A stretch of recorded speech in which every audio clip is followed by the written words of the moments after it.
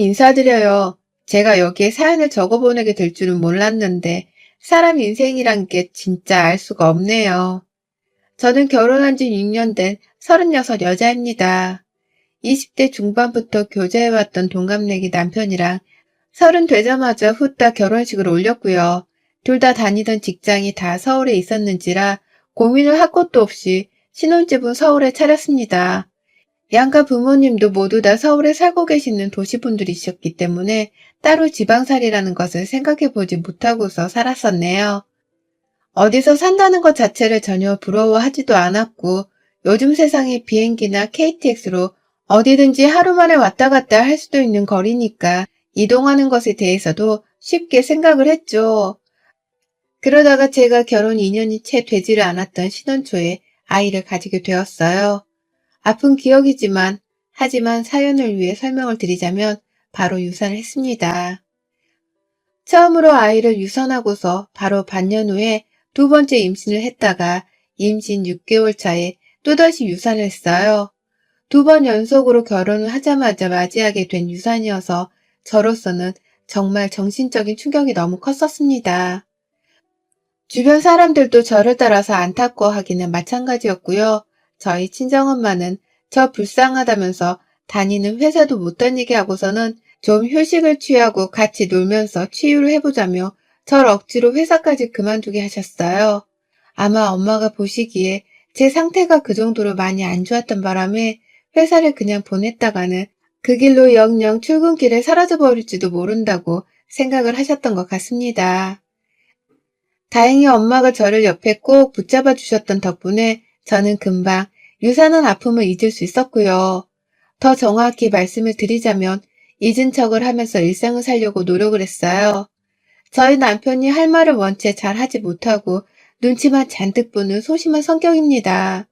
그 당시 우리 남편은 제 눈치를 보면서 사느라 밥도 제대로 못 먹어 살이 저를 따라서 5kg 정도가 빠졌었답니다. 부부는 일심동체라고 하더니만 제 남편이 딱 저를 따라 마음고생하면서 그 당시 힘든 게 많았을 거예요. 아무튼 저희 부부는 결혼 초부터 상처를 받을 만한 일을 겪고 난 후 조금은 다른 결혼 생활을 하게 되었습니다. 남들을 볼 때마다 애가 있으면 그게 그렇게 부럽더라고요. 내 뱃속에서 죽은 아이한테도 너무 미안해졌고요. 조금은 더 많이 남들을 신경 쓰면서 살기 시작했고요. 남들이 과연 애를 둘이나 유산한 나를 어떻게 볼까 싶은 트라우마적인 생각 때문에 제대로 된 일상을 좀 살기가 힘들었어요. 이런 저를 보면서 남편도 똑같이 사람들의 눈치를 보기 시작했고 특히 시댁 식구들의 입단속을 하느라 내내 안절부절을 못한 채로 살았답니다. 남과 다를 것이 하나 없이 꾸는 시댁 식구들 때문에 저나 남편은 늘 명절이 지옥이었고 또 시댁 행사날이 불편했어요. 우리 부부가 결혼을 할 당시 시부모님께서는 10원 한 장도 보태주시지 않으시고 자식의 결혼을 방관하듯 지켜보기만 한 분이셨어요. 저희 친정에서는 부모님이 어찌 그런 시무본을 둔 집으로 시집을 가려 하냐면서 결혼식 막판에 반대를 했었을 만큼 동전 한 푼도 주지를 않으셨답니다. 신혼집을 구하는 것도 저희 친정에서 5천만 원을 보내주셨고 남편이 직접 대출을 받은 걸로 집을 장만했었는데요. 시부모님은 그 와중에도 남일 보듯이 팔짱을 끼고서는 어찌 한 푼을 보태주려 하지를 않으셨어요. 그랬던 분들이셨기에 신혼집뿐만 아니라 신혼가구를 채우는 것부터 결혼식을 치르는 것들까지 모조리 다 저희 부부랑 친정에서 나온 돈으로 해결을 했는데요. 저 유산을 하면서 잔소리를 가장 많이 퍼부었던 건 바로 시댁이었답니다. 잘 살라고 보태준 돈 한 푼도 없고 정성도 없으셨던 분들이 번갈아 가면서 저의 유산을 언급하고 신뢰가 되는 줄도 모르고서는 자꾸 잔소리를 하시는 게 너무 서러울 지경이었죠. 왜 저러나 싶어서 화도 났고요. 빨리 애를 또 가져야 유산이 되는지 출산을 할 수 있는지 알 수 있지 않겠냐는 닥달도 서스럼 없이 하셨고요. 저희 시아버지께서는 술을 먹다가 조금이라도 취기가 올라오면 죽은 애들이 불쌍해 죽겠어 라고 하면서 분위기가 갑자기 세이질 만한 소리를 하며 제 죽은 뱃속 아이들을 언급하셨습니다. 아이를 유산할 당사자인 저조차 입에 함부로 담지 않고서 잊으려고 노력하며 씩씩하게 잘 살려고 하는 중이었는데 시부모님은 그 사실을 계속해서 언급하고 떠올리게 하시면서 대수롭지 않게 일상 속에서 대화를 나누려고 하셨어요. 제가 불편한 기색을 여러 차례 내기도 했고 남편도 옆에서 그런 소리를 왜 하냐면서 입단속을 시키려고 많이 시도를 했었는데요. 아무 소용이 없었습니다. 시부모님께서는 애초에 제 뱃속 아이들이 죽은 것에 대해서 심각하게 생각을 하지도 않으시는 분들이었기 때문에 저를 향한 동정심이나 안타까움 혹은 슬픔 같은 것들을 전혀 느끼지 못하는 소시오패스들과 다름이 없었거든요. 그렇게밖에는 시부모님의 태도가 설명이 되지 않았어요. 그런 와중에 시부모님도 모자라 남편이 하나뿐인 누나인 저희 시누이, 그리고 시누이의 남편도 모자라 애들까지 나서서 얘 죽었어요? 라는 말을 아무렇지 않게 해대며 저에게 답을 들으려고 했고요. 사돈의 팔촌인 건지 누군지는 정확히 잘 모르겠으나 결혼식 때 한 번 봤었던 남편의 친인척 분들까지 어쩌다 저를 만나게 되면 꼭 죽은 아이를 물어보셨어요. 그러다 시간이 좀 지나고 나서는 또 죽을까봐 임신을 안 하는 거야, 여태?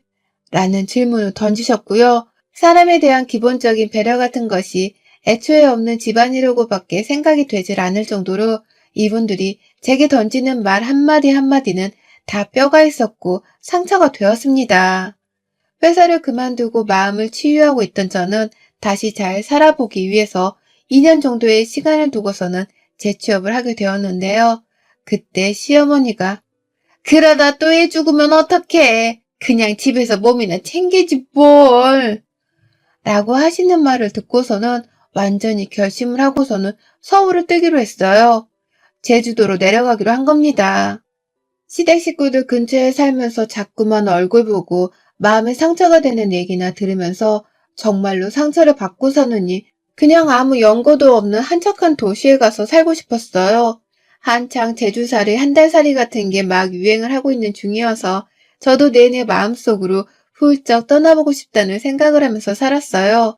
하지만 시어머니의 마지막 그 한 방이 저를 완전 빡돌게 만든 것이었습니다. 그래서 저 막 재취업을 한 직장도 눈물을 머금고는 그만두고서 남편과의 충분한 대화를 거쳐 제주도로 집을 옮겼어요. 남편도 늘 저에게 상처를 주려고만 하는 시댁 식구들을 중간에서 커버하고 막는 것에 상당한 스트레스를 받고 있었다고 고백을 하더라고요. 그냥 차라리 우리가 지금까지 모아놓은 돈으로 제주도에서 새롭게 시작을 해보자면서 흔쾌히 동의를 했습니다. 당시 집값이 꽤나 오른 상태여서 서울 집을 팔고 나니 대출금은 한 번에 갚을 수 있었고 모아놓은 돈으로 제주도에 있는 아주 작은 집 한 채를 샀어요. 여행을 가며 묵는 그런 근사한 숙소나 타운하우스가 아니라 정말 제주도의 한 동네 안에 있는 현지인 집이었어요. 리모델링도 저희가 싹 다 하고 얼마 지나지 않아 남편이 운이 좋게도 회사 상사분의 도움을 받아 제주도에 있는 작은 한 회사에 재취업을 할 수 있었어요. 월급은 서울에서 받던 것보다 반토막이 나버렸지만 정말 좋더라고요. 그냥 아는 사람 하나 없는 이 동네에서 아무도 나한테 아이 문제를 언급하지도 않고 또 감정이 상하게 하지도 않으니 말입니다. 이래서 제주살이를 한 번쯤은 다들 꿈꿔보는구나 하는 생각이 들면서 정말 열심히 타지 생활을 즐겼어요. 열심히 바다도 찾아다녔고 맛집도 찾아다녔고 또 저는 개인적으로 집에서 작은 1인 사무소 하나를 차려서는 프리랜서로도 일을 시작했습니다. 그렇게 남편이랑 저는 각자 하는 일을 가지고서는 타지 생활을 여행하듯 즐기며 딱 기분이 좋을 정도로 잘 살기 시작했어요. 그런데 그때부터 조짐이 뭔가 이상했어요. 시어머니랑 시아버지, 그도 모자라서 시누이까지도 전화를 해와서는 집이 어떠냐며 사진을 보내달라 하더라고요. 처음엔 제주도로 이사를 간다니까 그 멀리를 왜 가냐고 하면서 막 반대를 하고 돈지랄을 하지 말고 서울에 남아있으라며 이해를 못한다고만 하시더니 언젠가부터 저희를 그냥 내버려 두기만 하셨거든요. 그래서 저는 저희 부부가 너무 확고하게 이사를 가려고 하니까 마음에 체념을 하신 줄 알았습니다. 그런데 이제 보니 그게 아니었더라고요. 저희가 리모델링까지 싹 다 끝내고 나니 아주 귀신같이 연락이 와서는 집이 어떻냐면서 사진을 보내게 하고 또 주소를 보내게 하셨어요. 그리고는 정말 거짓말이 아니라 며칠 지나고 나서 시부모님이랑 시누이네 가족들이 단체로 저희 집을 찾아왔습니다. 그때가 금요일 저녁이었는데요. 이제 보니 시누이 남편이 회사 퇴근을 하는 시간에 맞춰서 우르르 비행기를 타고 온 거더라고요. 그 저녁에 공항이라면서 데리러 오라고 연락을 하는데 정말 기절초풍하는 줄 알았어요. 시누이네 식구가 총 4명이고 시부모님은 2명, 총 6명의 사람들이 갑자기 우리 집에 오겠다고 제주도로 왔는데 렌트카 하나를 제대로 신청을 하지 않고서는 무작정 공항이라며 마중을 나오라 한 겁니다. 그래서 겨우 경차 하나 중고로 사서는 끌고 다니고 있었던 저희 차에 겨우 시부모님만 모시고서는 일단 집으로 왔고요. 시누이네는 버스를 타든지 택시를 타고 오라고 하는데도 절대로 차비에 돈 아까워 돈 쓰기 싫다면서 억지를 부리는 바람에 결국 시부모님을 저희 집에 모셔놓고는 다시 그 먼 길을 따라 공항까지 가서는 시누이네를 태워왔습니다. 뒷좌석에 애들이랑 짐가방이 아주 한데 뒤섞여서는 정말 난리도 아니었어요. 그렇게 갑작스레 찾아온 시댁 식구들은 뻔뻔스럽게 저희 집을 보고서는 평가질을 하더라고요. 아니, 이 코딱지만한 집에 우리가 다 어떻게 지내니? 야, 여기 방도 2개뿐이야? 그럼 우리 중에 누가 거실에서 자야 하는데? 라고 말이죠.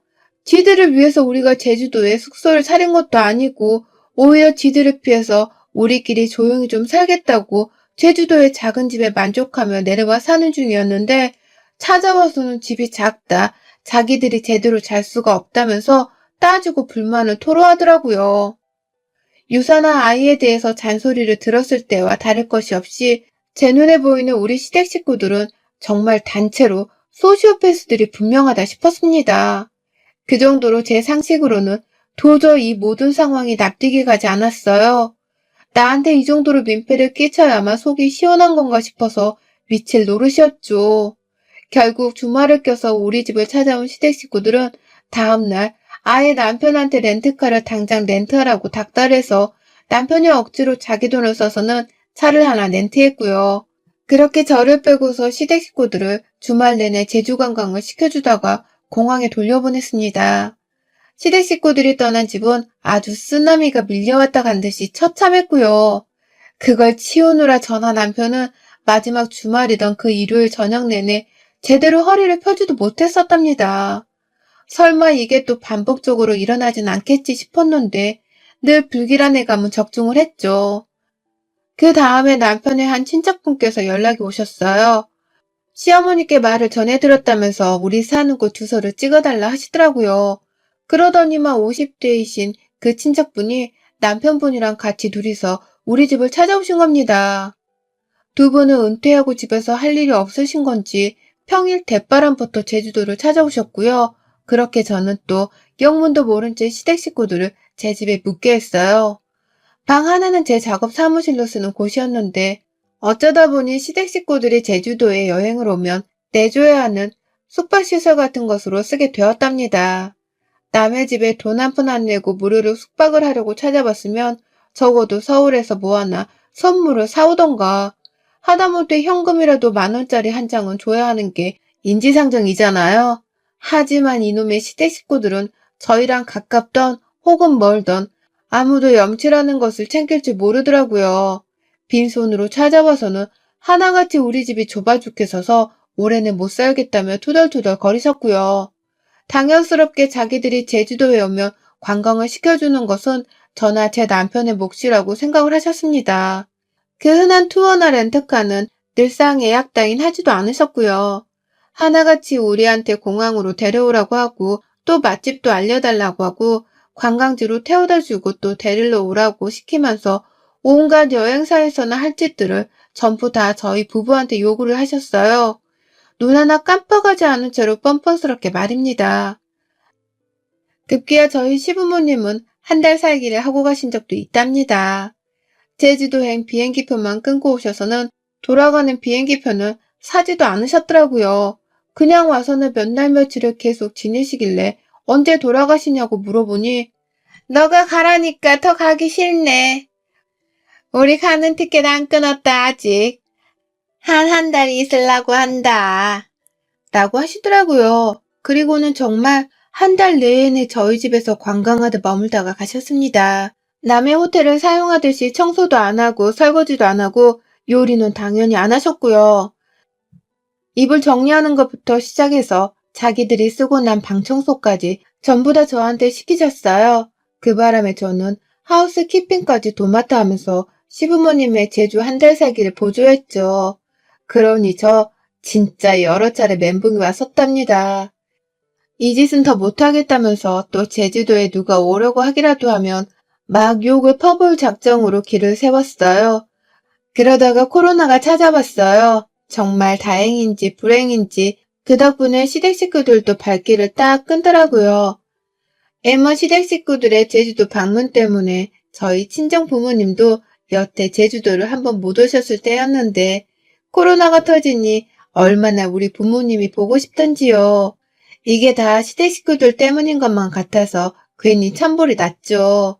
그럼에도 이제 더는 안 봐도 된다고 생각을 하니 다행이다 싶었고요.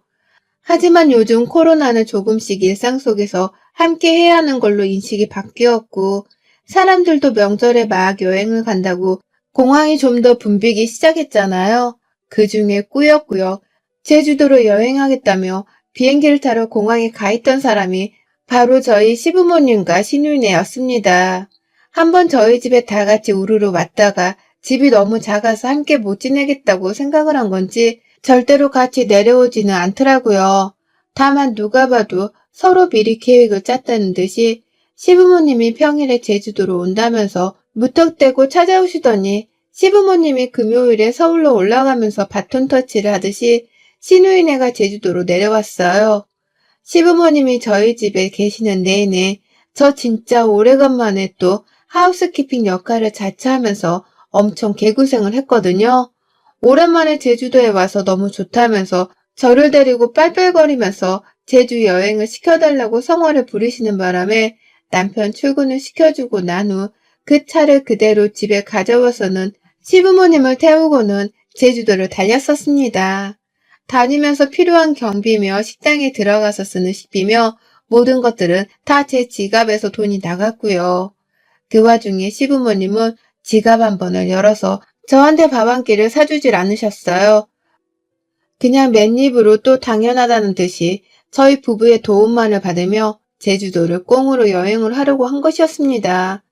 그러다가 금요일에 서울에 간다면서 공항에 바래다 주라고 하니 저도 이제야 끝이 났다 싶어서 절로 다행이다 싶더군요.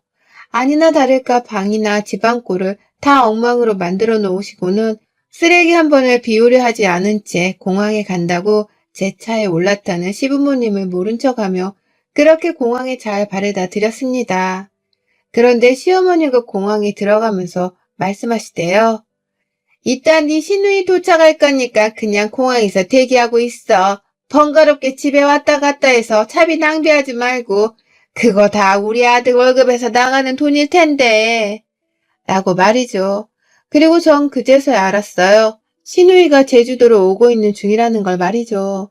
정확한 시간도 말해주지 않고 도대체 왜 오는 건지도 말해주지 않은 채 그냥 무작정 공항에서 기름값 아까우니 기다리고만 있으라 하는 시어머니의 말에 숨이 턱 막혔어요. 머리가 지끈거리고 숨이 안 쉬어지고 급기야 차키를 들고 있는 제 손이 막 부들부들 떨리는데 눈치껏 제 증상을 알겠더라고요. 공황장애라는 걸 말입니다. 그리곤 제가 거의 2시간 가까이를 공항에서 기다렸어요. 시누이가 우리 금방 도착해 라고만 문자를 보내놔서 전 진짜로 금방 도착을 하는 줄 알았는데 알고 보니 그때 막 서울에서 공항으로 가고 있던 중이었더라고요. 서울에서 제주도가 비행기 한 방으로 도착을 한다는 걸 그저 금방 도착한다고 표현한 바람에 제가 거의 2시간을 아무것도 안 하고 기다린 겁니다. 열은 잔뜩 받아져 있고 남편은 왜 집에 안 오냐면서 저를 찾는데 저는 남편의 연락도 받기가 싫었어요. 왜 니네 식구들은 다 이 모양인 거냐면서 한마디 욕을 퍼부을 게 분명했는지라 남편이랑은 싸우고 싶지가 않아서 일단 전화를 받지 않기로 한 겁니다. 그리고는 시누이네를 기다리는데 와, 저 진짜 그 얼굴을 보자마자 입이 열리며 쌍욕이 튀어져 나왔습니다. 신우이가 공항 밖으로 나오다가 말고 지네이들이 배가 고파 했다면서 바로 공항 안에 있는 롯데리아에 가서는 햄버거를 사 먹이고는 나오는 겁니다.